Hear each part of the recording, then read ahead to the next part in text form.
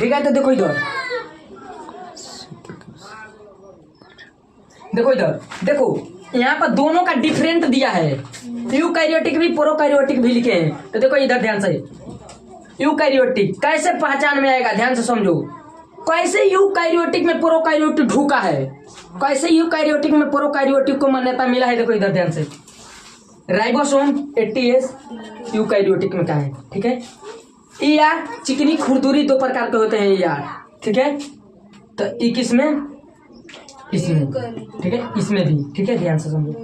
Centrosome Golgi body ब्रेकियोल्स आइजोन है Golgi body, ठीक है। तो अब देखो प्लास्टिक, देखो जिसमें यूकैरियोटिक के अनुसार माइटोकॉन्ड्रिया अपनी खुद का एक प्रोटीन का निर्माण करता है, जो लिया रहता है अपने अंदर, छुपा कर रखा रहता है। 70S वो रखा रहता है, उसकी संरचना क्या है। प्रोकैरियोटिक में जो खुद का एक 70S बनाता है, राइबोसोम प्रोटीन का निर्माण करता है, उसकी एक संरचना इसी तरह से होती है। प्रोकैरियोटिक जिसको कहते हैं क्रिस्ट, उस संरचना का क्या नाम है, क्रिस्ट। तो पूछता है कि माइटोकॉन्ड्रिया के अंदर यूकैरियोटिक के अनुसार खुद का एक निर्माण करता है, सुतो मत, खुद का एक निर्माण करता है, सुनो ध्यान से। माइटोकॉन्ड्रिया जो होता है यूकैरियोटिक के अंदर खुद एक 70S प्रोटीन का निर्माण करता है, उसको उसका आकार के अनुसार को क्या कहते हैं, क्रिस्ट। क्या कहते हैं, क्रिस्ट। अगर ई हट जाएगा, इसमें प्लास्टिक नहीं देखने को मिलेगा, तो देखो प्रॉपर मिलेगा यूकैरियोटिक। तब पेड़ पौधा और मनुष्य छोटे जीवों में, एक बार बता दिए, छोटी जीव जो मैंने गया उसे नहीं देख सकते, ठीक है। कोरोना जैसे समझ लो, कोरोना में सिंपल भाषा में समझो, उसमें क्या मिलेगा, अब इधर तू लोग को हो गया होगा लगभग में, इधर तू लोग को विषम दिक्कत नहीं ना। अब आगे आओ, देखो इधर, देखो ध्यान से समझो। जब इस सब वैज्ञानिक ने शोध किया, जब हमारे अंदर सब लिख लिया, पढ़ लिया, शोध कर लिया, खोज कर लिया, इस सब इतना मिला, यूकैरियोटिक प्रोकैरियोटिक गोल्जी बॉडी यार, उसमें सभी बता दिए पहले के, फिर एक बार चर्चा कर दी। ये सब देख लिया तो कहा कि ना, सबको बारी बारी से अंदरवा से निकाल रहा था, अंदरवा से बारी बारी से निकाला। जैसे राइबोसोम को निकाला, कहा कि ना ये करेगा, खाली प्रोटीन बनाएगा, सबके देवे का बस एक काम। यार से निकाला चिकनी खुरदुरा, ये सब एक के काम है। लाइबोसोम, सेंट्रोसोम, वेक्यूल्स, पानी अब जो करेगा, गोल्जी बॉडी, ये सब। अब देखो प्लास्टिक, तो कहा कि ये माइटोकॉन्ड्रिया, ये सब का तो ये कहो काम है, बारी बारी से सबको निकाला। अब जब न्यूक्लियस है, क्या है, न्यूक्लियस में गया, इसके अंदर कहा कि बीचवा में तो जो मुखिया बा ओकर ज्यादा मान्यता हो, कहा कि मुखिया को निकाल। देखो सबको लिखे हम वहाँ पे, ठीक है। इस मुखिया को निकाला, न्यूक्लियस को निकाला, ठीक है, केंद्र, जिसको क्या बोलते हैं हम लोग, न्यूक्लियस को केंद्र, ठीक है, बीच में केंद्र। तो केंद्र को आराम से सूक्ष्मदर्शी के यंत्र से निकाला, और निकाल कर देखा इस तरह से, बीच में न्यूक्लियस है, मान लीजिए कि सब है, पूरा न्यूक्लियस है, केंद्र बीच में, ये सब है केंद्र की टोटल मान लो। इसमें से जब निकाला तो उसमें देख रहा है कि पतला पतला छेमी जैसा, छेमी जिसको मटर का दाना कहते हैं, मटर का दाना, मटर प्रोपर बड़ा मटर होता है ना, छेमी जिसको बोलते हैं, उसी प्रकार का इसमें लौक रहा है, वैज्ञानिक जो लौक रहा है। तो उस वैज्ञानिक का क्या नाम था, ब्राउन। केंद्र के अंदर झांक कर देखने वाला खोजा ब्राउन, का नाम था उसका, ब्राउन। का खोजा, ब्राउन। जो ब्राउन था, कहा कि कुछ, तो इसका नाम दे दिया न्यूक्लियोटाइड। छेमिया जैसन जवन लिखल, ब्राउनवा जवन रहे, कहलस एकदम निकाला इस तरह से, ध्यान से समझना। कैसे रहता है जी, मान लीजिए इस तरह से, जब एकदम आकार इसका देखा एक छेमी के आकार का है, इसमें दाने छोटे छोटे हैं, का है दाने, कहा कि देखा और निकाला, कहा कि छोटी छोटी बा, जो वो छोटी छोटी के निकाला तो एक छोटी उम्र से मान लीजिए इसमें से हम निकाल लिए, का के लिए निकाल कर एक छोटा सा जब निकाला ना तो इसको खींचा, स्प्रिंग टाइप का था ऐसे स्प्रिंग, जब खींचा इसको एक बड़ा सा सलाई रिंच टाइप का बना, रिंच किस तरह से, रिंच टाइप का बना, इस तरह से हम खाली यहाँ से ताको, खाली वो खींचा, जब निकाला तो खींचा तो थोड़ा उस टाइप का बना, रिंच टाइप का, ठीक है, हाँ रिंच टाइप का बना, तो कहा कि अबे में स्प्रिंग नियन बा, का अबे जब इसको खोजा, जब नहीं देखो ब्राउन तो खाली खोद दिया, का न्यूक्लियर टाइप को खोद दिया, ठीक है, जब ब्राउन खोद दिया तो कहा कि ब्राउन चला गया खोज कर, मान लीजिए उसको कुछ भी हो गया, तो फिर उसके बाद आया, कहा कि वो तने पर खोज के छोड़ दे ले, फिर आया गुणसूत्र के जो खोजा वाल्डेयर, रिंच जो कि क्रोमोसोम नाम दिया, वाल्डेयर ने क्या नाम दिया, क्रोमोसोम, वाल्डेयर गुणसूत्र, का गुणसूत्र, वो जब उस केंद्रक के अंदर ब्राउन न्यूक्लियर टाइप खोज कर चला गया, तो जो वाल्डेयर था रिंच टाइप का खोजा, क्या खोजा, रिंच टाइप का, रिंच टाइप का खोजा, तो उसका नाम दिया क्या, क्रोमोसोम, का नाम दिया क्रोमोसोम, जिसको गुणसूत्र कहते हैं, क्या कहते हैं, गुणसूत्र, का नाम दिया गुणसूत्र, उसमें जो गुणसूत्र दिया, तो गुणसूत्र क्रोमोसोम को कौन खोजा, वाल्डेयर खाली रिंचवा ने छोड़ के चल गल खोज के, बस।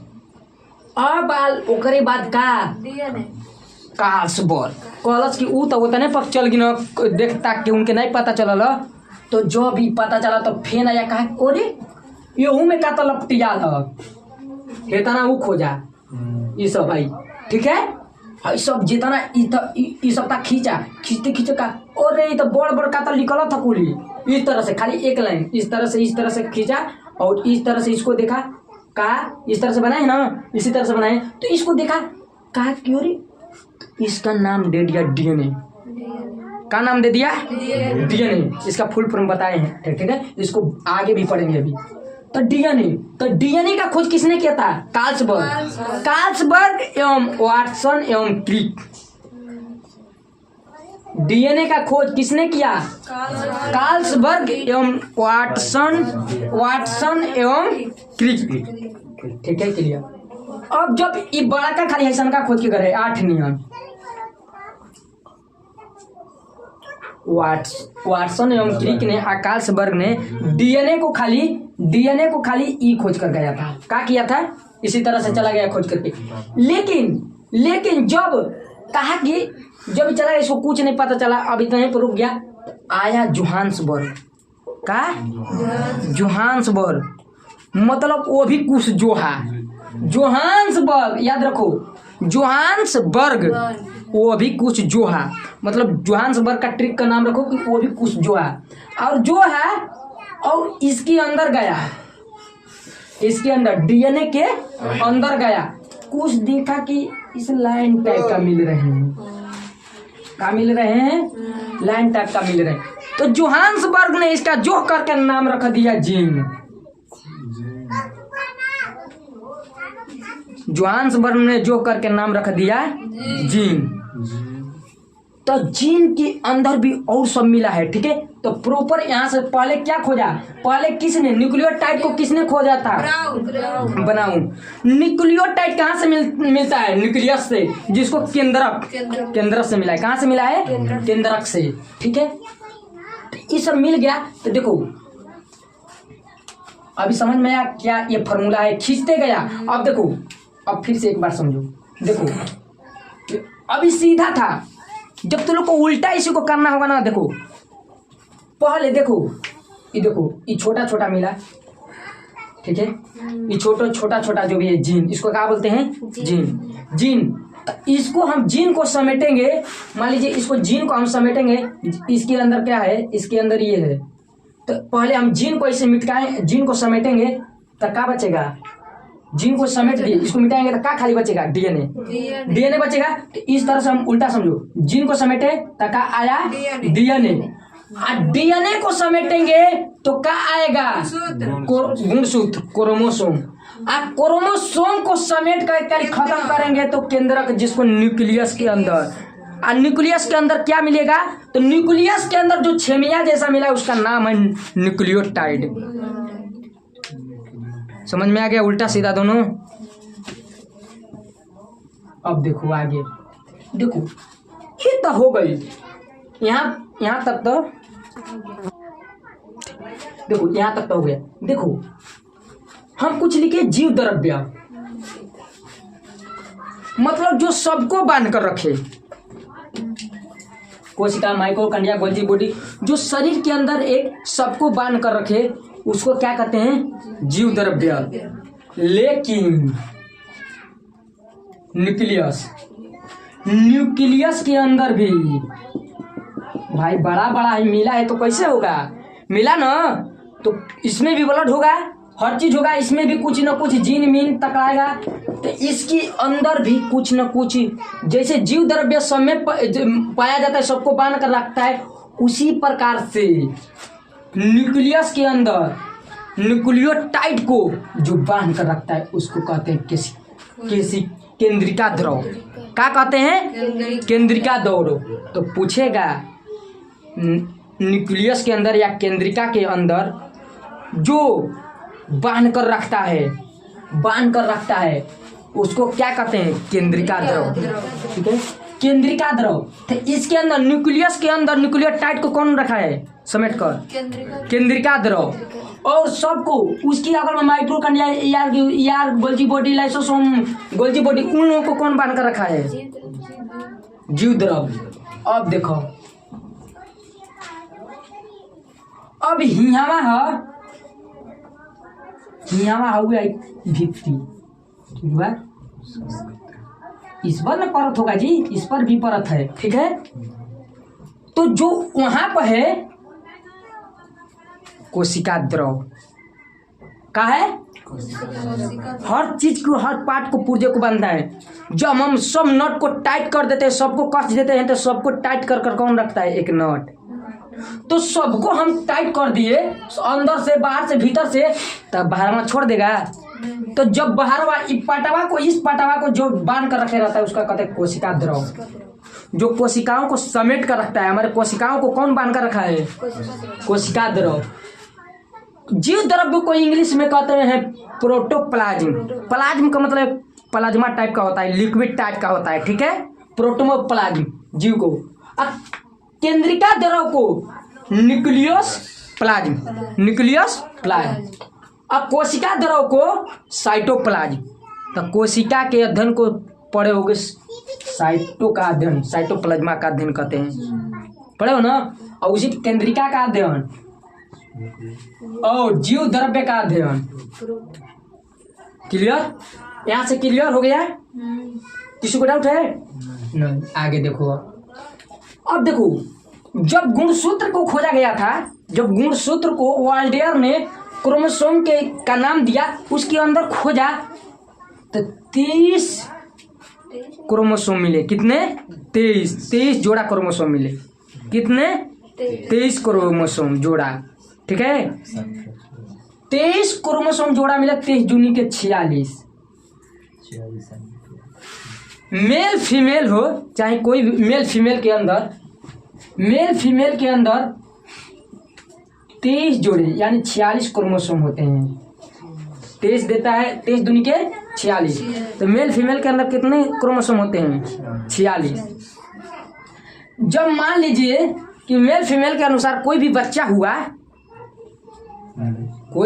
हुआ, तो उस बच्चे में, ध्यान से समझो, उस बच्चे में देखो, अब इसको मिटा देंगे, यहाँ पर ऊपर हम लिख रहे हैं 46 क्रोमोसोम। ठीक है, 46 है। ठीक है, मेल फीमेल। ठीक है, मेल फीमेल 23 आई का है 23 प्रॉपर रहेगा 46, दोनों में 46 रहेगा। ठीक है, इसमें भी 23 और इसमें बेसी फीमेल में बेसी भी 23। ये बच्चा में जाता है शिशु। ठीक है, और बच्चे को मिलाकर हो जाता है कितना? 46। कितना हो जाता है? 46। ये गुणसूत्र का फॉर्मूला है, क्रोमोसोम का फॉर्मूला है। ठीक है, तो दोनों में अगर मान लीजिए कि बच्चा में माना मेल का चल गया 24, ठीक है, आइस का 23 गया, तो बच्चा का क्या होगा? 46। 46 कितना हो जाएगा? यह संभव है कि संभव है? 47। देखो ध्यान सुनो, देखो पहले रुक जाओ 1 मिनट। देखो इधर पहले ध्यान सुनो। देखो ये जो है, ये मेल फीमेल में तो प्रॉपर 46 रहता है। जब बच्चे का निर्माण होता है, शिशु का, एक बच्चे का जब वृद्धि होती है, तो मेल में से भी आधा क्रोमोसोम आएगा और फीमेल में से भी आधा क्रोमोसोम आएगा। क्लियर? और बच्चे में दोनों मिलकर कितना हो जाएगा? 46। कितना हो जाएगा? 46 क्रोमोसोम। तो अगर ये फार्मूला हो जाए कि मेल में से 24 और फीमेल में से 23, तो ये घटना बहुत खतरनाक हो जाएगा। ठीक है, आंख सीधा का होके का 4 गो हो जाएगी आंख। ठीक बा, दानों को छोड़ो, आंख 3 गो का 4 गो हो जाएगा, 2 गो का 3 गो हो जाएगा। मतलब अंग भंग ट्रांसजेंडर भी हो सकता है, जिसको मानवता से हटा दिया जाएगा। अंग भंग सही नहीं रहेगा उसका, कौन का मुंह में टेढ़ हो जाला। किसके कारण? इसी के कारण। हाँ, अगर चाहे मेल फीमेल में से अगर कोनो में एगो बेसी या चाहे कम आ गल, तो गारंटी ये है, डॉक्टर साबित किया है कि 47 हुआ, कोनो में से मान लीजिए इसमें से कोई भी अलग बेसी चाहे कम आ गया, 23 को प्रॉपर ही आना है। अगर कम बेसी आ गल तो उनमें से लड़का को ढचकल पचकल ट्रांसजेंडर। हाँ, अब जेके चाहे कि हमारे 50 गो दिल रही, नहीं कहना आदमी कि टूटेला दिल बार बार। अब सोचिए कि एगो के जगह 4 गो रही तो वो संतुष्ट नहीं हुई, और अगर टूटते रही तो वैसा बा। जब 5 गो एमी से 5 गो एक्स्ट्रा चल जी, एमी 23 गो जाई, तो दिलवा 2 एगो के जगह कितना हो जी? 5 गो हो जी। तो रहिया के जी हाँ खत्म हो जी। हाँ, ऐसी संभावना नहीं है, केवल 23 आधा आता है। ठीक है, आप प्रॉपर 46 जाएगा, एगो बेसी चाहे कम, किसी में से अंग भंग जरूरी है, और नहीं तो अंग भंग नहीं तो मर जाएगा। जान जाओ, ये हो गया। यहाँ पर क्रोमोसोम समझ में आ गया ना? इधर भी हो गया। अब देखो ध्यान से समझो, कुछ बनाए हैं, इधर तो हो गया। ये बताओ, अब तू लोग बताना, ये क्या है? ये छोटा छोटा पाइप आ रहे हैं, ये पहिया को पा रहे हैं, इसको क्या कहते हैं? हाँ, जीन क्या कहते हैं? जीन की खोज किसने की थी? जोहान्स। मतलब जीन को जोह लिया। उसी प्रकार से है जो 8 जैसा बनाया है, इसको क्या कहते हैं? डीएनए। ये डीएनए को किसने खोजा? कार्लसबर्ग एवं वाटसन एवं क्रिक ने। ठीक है, अब देखो, ये जो रिंचा वा क्रोमोसोम को किसने खोजा? वाल्डेयर। कितने क्रोमोसोम जोड़ों को खोजा? 23 जोड़ों।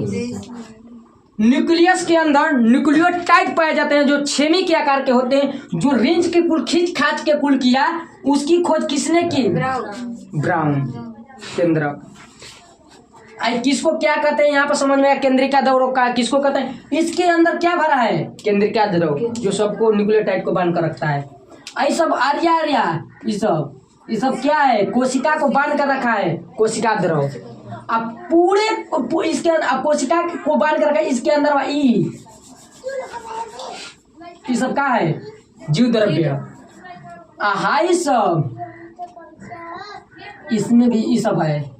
हाई जो छोटा छोटा है ना, ये सब इसके अंदर क्रोमोसोम है। क्या है? क्रोमोसोम। ये समझ में आ गया होगा। अभी देखो सेल लिखे हैं, सेल CELL शॉर्ट फॉर्म। अब देखो प्रोकैरियोटिक यूकैरियोटिक समझ में आ गया है। प्रोकैरियोटिक यूकैरियोटिक समझ में आ गया है ना। अब देखो प्रोकैरियोटिक यूकैरियोटिक समझ में आ गया है। देखो प्रोकैरियोटिक के अंदर मुख्यतः 3 ही देखे जाते हैं। यहाँ पर देखे जाते हैं ये सब, लेकिन मुख्यतः प्रोकैरियोटिक की पहचान केवल 3 से होती है। किससे? प्रोकैरियोटिक में अनेक देखे जाते हैं, लेकिन प्रोकैरियोटिक में अनेक देखे जाते हैं, लेकिन अगर प्रोकैरियोटिक को अगर क्लियर देखना है, पहचानना है कि यूकैरियोटिक नहीं है, तो सीधा जाइए वहां पर राइबोसोम देखिए। प्रोकैरियोटिक का पहचान बता रहे हैं। अगर प्रोकैरियोटिक को देखना है, पहचानना है, तो 3 को नहीं मिला ना, तो समझे कि दूसरा हो गया। तो प्रोकैरियोटिक को देखना है कि कौन सा किस में प्रोकैरियोटिक पाया जाएगा, तो देखो इधर ध्यान से देखो। प्रोकैरियोटिक के अंदर राइबोसोम, कौन सा राइबोसोम? 70S। प्रोकैरियोटिक में पहचानने का कितने को हम लोग देख सकते हैं? केवल 3 को पहचानेंगे, प्रोकैरियोटिक को समझ लेंगे कि हुआ है कि नहीं। ठीक है। अब देखो न्यूक्लियस, तीसरा, दूसरा का है पहचानने का नियम न्यूक्लियस, और तीसरा सेंट्रोसोम। का है? सेंट्रोसोम। सेंट्रोसोम किसका निर्माण करता है? कोशिका का विभाजन का। देखो किसी का कोशिका ज्यादा विभाजन हो जाते हैं, इल्ला मिल्ला डिल्ला निकल जाता है, वहां पर ज्यादा कोशिका का विभाजन हो गया है। ठीक है। अब देखो तो प्रोकैरियोटिक्स पहचानने का 3 यह पहचान सकते हो, लेकिन यहाँ पर अगर 3 नहीं मिला ना, राइबोसोम 70 नहीं मिला, न्यूक्लियस नहीं मिला और सेंट्रोसोम नहीं मिला उसमें, तो समझो कि प्रोकैरियोटिक नहीं है। दोनों में पाया जाएगा, लेकिन पहचानने का नियम उसमें ये TS हो गया ना, तो कभी प्रोकैरियोटिक हो ही नहीं सकता है। वो क्या हो जाएगा? यूकैरियोटिक। लेकिन यूकैरियोटिक होते हुए भी वो प्रोकैरियोटिक की तरह अपना कार्य करता है। यूकैरियोटिक के अंदर होते हुए भी, क्वेश्चन पूछा, यूकैरियोटिक के अंदर होते हुए भी प्रोकैरियोटिक का कार्य करता है। माइटोकॉन्ड्रिया, प्लास्टिड, इसमें 70S होता है और प्लास्टिड में भी 70S होता है। ये दोनों किस पर निर्भर नहीं रहता है? राइबोसोम पर निर्भर नहीं रहता है कि प्रोटीन देगा तो तभी हम लेंगे, ये नहीं देगा तो ये अपना बना लेगा तो अपना ही रखेगा, ये दूसरे को नहीं देगा। तो यूकैरियोटिक के अंदर कौन प्रोकैरियोटिक का निभाता है भूमिका? और प्लास्टिड।